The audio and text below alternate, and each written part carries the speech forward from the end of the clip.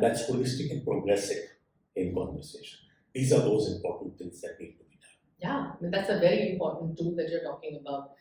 Empowering questions. Over the year, over the months, during the year, there could be some new projects, some new elements of work which need to be accounted for in the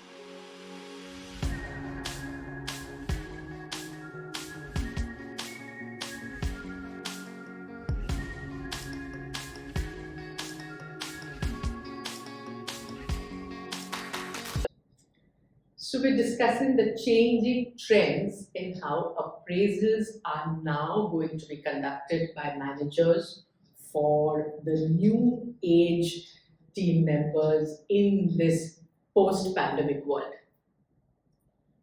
So, Alina, as you speak and you use that word post-pandemic, sure there are changes. People always knew that human resource is the most vital ingredient for success. Today, people have become crown jewels in an organization. And I think that's one of the reasons why review, performance appraisals, feedback has changed. It now needs to be more meaningful, more holistic. And people now need to look at a larger picture for the employee and for the organization. And I think this video is all about that. Yeah. So, traditional conventional ways of conducting appraisals or performance review of the whole year around, which was more about numbers, which was more about what feedback I want to give, which sometimes had surprises being sprung in the last minute, which was suffering from so many biases like recency bias or biases of issues which are non-objective. Now is the time to take into account that the audience that you are appraising is Gen Z or Gen Y. The millennials really are very clear of what they want, and that's what needs to change.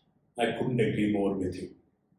And I think this new work from home, remote working, the distance between the appraiser and the appraisee, the boss, the subordinate, the disconnect between peers, the landscapes change, the communication landscapes change.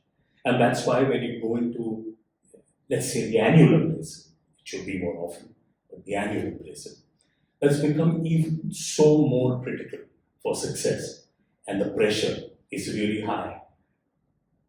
In fact, the trend of annual appraisals is now over. It is more continuous review and continuous feedback that is coming in.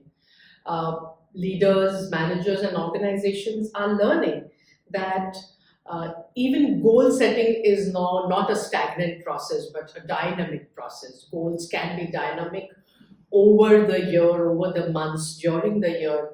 There could be some new projects, some new elements of work which need to be accounted for in the delivery of results of this manager. So goals are now dynamic goals. And when you say dynamic, it makes me recall a couple of incidents in recent times with fairly large corporates. So the automation world has taken over, and you have a lot of HRMS, and you have AMS systems in place. Still remains what's critical, the fact that a lot of employee contribution needs to be aligned. And when you set goals, this alignment is imperative. Yeah, personalized goals in alignment with the organization goals. So a good conversation, appraisal conversation or goal setting conversation would be, what is it that you would like to achieve at the workplace today, which you feel will use your strength? Obviously in alignment with what the strategic objectives of the organization are. And then those get accounted for as long as they are delivering to the larger results. And that's becoming so important part of those conversations. So then what would you suggest, Pramod, for this year as advice to managers to make the appraisal process more meaningful? So when I hear you use the word meaningful, it used to be about target versus achievement, like you spoke about. Mm-hmm. Now people are much more informed. pretty independent. So moving away from those kind of conversation, managers need to look at it holistically and actually focus on the individual's capability driving individual goals. And when you say individual goals, personalized goals. Personal goals are different. Personal goals could be all the individual wants to accomplish in his life. Personal life, social life, personalized goals mean that you keep the organization in the center. The individual is expecting to contribute to the organization and gain from that contribution, which means that the goal needs to be personalized and attuned to how the organization benefits from the accomplishment of this individual. Therefore, the individual gains in the term that will follow. And if that is in place, and this goal, personalized, can be crystallized to the individual realizing that I know I'm getting somewhere and the organization is going in the direction the organization planned. That's when you can sit in a review and actually make the individual realize what got done, what could have been better, what contributions worked, and therefore where it can take him to or her to in her life in this organization. That's wonderful. I like the word accomplishment. I think there was no space for personal accomplishments in this conversation. So when the manager actually talks of what are the things that you have learned, what are the things that you've accomplished, and if they are in alignment with what the organization's larger interest was, then credit needs to be given for True. it. In fact, feedback too is something that is now not kept only during an appraisal conversation. Continuous feedback, talking directly about what needs to change, what could get better, as a continuous conversation is something that organizations, HR, managers, and large corporates are big time making a shift to. And I think it's time that we all make that a way of life. I couldn't agree more with you and add to what you said. Often in the relationship of manager-subordinate, leader-subordinate, very often comments tend to become words that possibly mean feedback to the one who's passing the comment. Little making, the manager or leader realize that he or she is actually not given feedback. And when you sit down and speak about it, tend to bring in things like, but I did tell you about this, and I did tell you about that. And the individual in thought is that, was that feedback?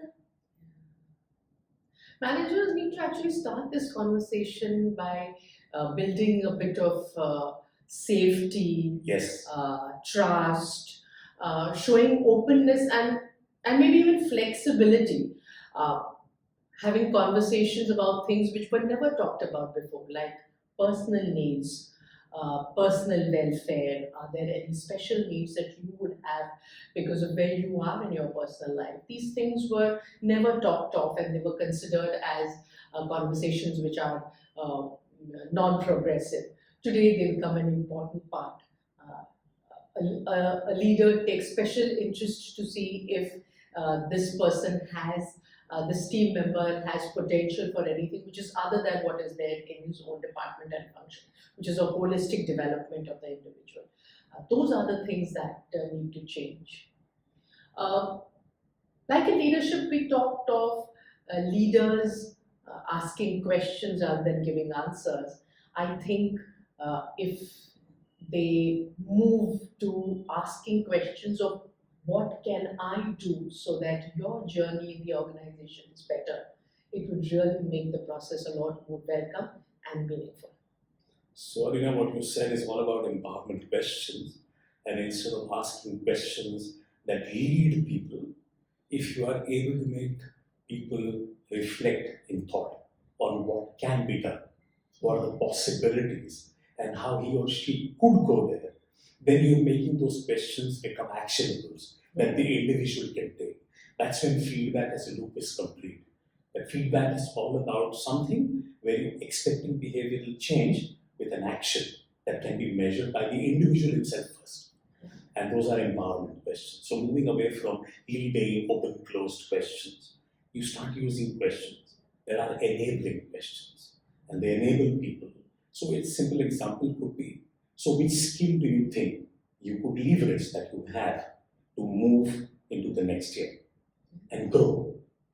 So you're making people look at the skill and look at what he or she already has and that's holistic and progressive in conversation. These are those important things that need to be done. Yeah, I mean, that's a very important tool that you're talking about, empowering questions. Another tool that I find very useful is feed forward. Feedback is a passe. We now talk of feed forward. We are talking of what are the two things that one needs to change or work on so that one can turn up better for the future. And I think one of the most important new trends that are coming is that appraisal conversations are incomplete if the manager is not asking for feedback. So true. It's time that the managers use this as an opportunity to say, what do you have to share about me for me to change in the way I work? So you talked of empowering questions, I think feed forward. Any other tool that you can think of, Pramod? So I think with what you mentioned and what we've spoken about, a pillar of this success lies in the amount of trust you build in the process of appraisal. Yeah. And this trust building is not just lip service. It's about being able to create a very safe and open environment in that conversation. It's the most difficult thing for an employee to stand up and give feedback to the boss. And you talked about receiving feedback. So if you are able to create that with a lot of transparency and commitment to a common goal, that's when the employee starts believing that there's a meaning for me in the future. If you've done that well, and you've treated this conversation different from your routine review conversations, created that space that says this is meaningful and progressive for you, that's when there's somebody will participate. The word that comes to my mind is solution-focused conversations. Absolutely. Rather than problem-focused conversations. And I Absolutely. think that can be the third tool. Another one that comes to my mind is what again is Kim Scott's very famous book, Radical Candor. If feedback is going to be a way of life, then I think managers must start learning and reading and learning about Radical Candor, one very comfortable tool where work gets done and care gets taken care of. I think that's going to be the flavor du jour for this season in appraisals. Wonderful. So I think if I were to close this, you're talking about ensuring that there is a holistic approach moving away from target versus actuals. We're saying that you need to ensure personalized goals are in place. You need to ensure you create a very safe and trusting environment. You must shift from transactional discussions to a conversation of empowering, focused questions, creating an environment where the individual starts thinking of possibilities rather than what happened. And therefore, you start looking at something ahead, and feed forward and taking feedback is an opportunity in this conversation. And that's what will make it more holistic and futuristic for all managers. Thank you. Thank you.